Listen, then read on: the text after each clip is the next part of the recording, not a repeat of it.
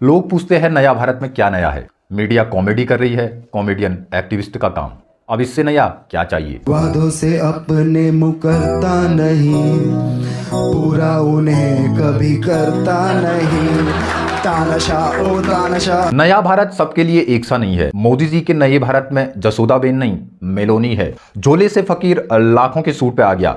It's called transformation of taste. चाय बेचते बेचते देश बेच दिया, कमाल है मोदी जी। पार्टी वाले वोट के लिए मोदी से कुछ भी बुलवा लेते हैं। काला धन वापस लाएंगे, अब 15-15 लाख खाते में आएंगे। मैंने तो पर्सनली अकाउंट इसलिए खोला था कि 15 लाख आने वाले हैं और अब बैलेंस माइनस में चल रहा है। और पूछ ले भाई कोई मोदी जी से कि कहाँ है काला धन, तो भैया हमारी सरकार में तो सारे हरे गुलाबी नोट बने थे, काले धन का तो सवाल ही नहीं उठता।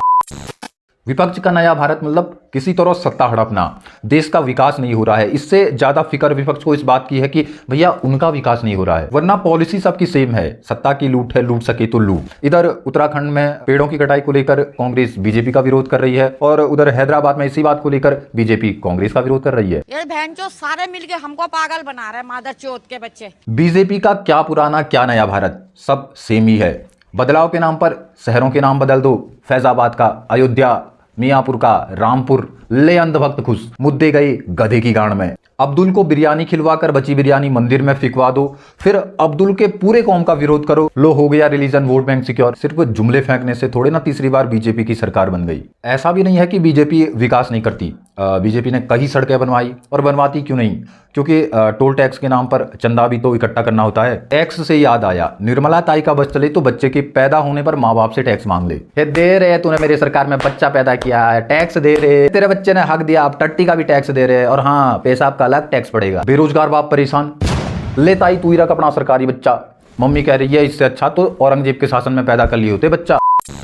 सरकार का चौथा स्तंभ पत्रकारिता।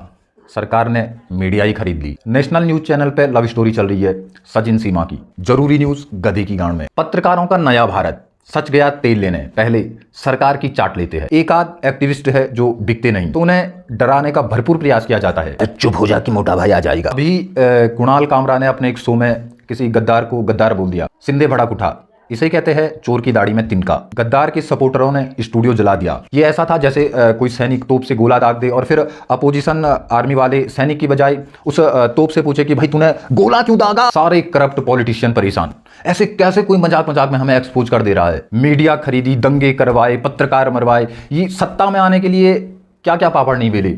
और एक कॉमेडी शो ने सारी मेहनत पे मूड दिया। सारे हरामखोर नेता एक तरफ कि माफी मांगनी होगी कुणाल को। कुणाल भी लाइक माफी तो नहीं मांगने का, अब सच बोलने के लिए कैसी माफी। लोकतंत्र है या तुम्हारे बाप की सरकार। जिस लोकतांत्रिक देश में सरकार से सवाल पूछने पर आम नागरिक को प्रताड़ित किया जाए, जहां एक्टिविस्ट जेल में है, आसाराम जैसे बलात्कारी बेल पे है, ये है हमारे आम नागरिक का नया भारत। वाह मोदी जी वाह।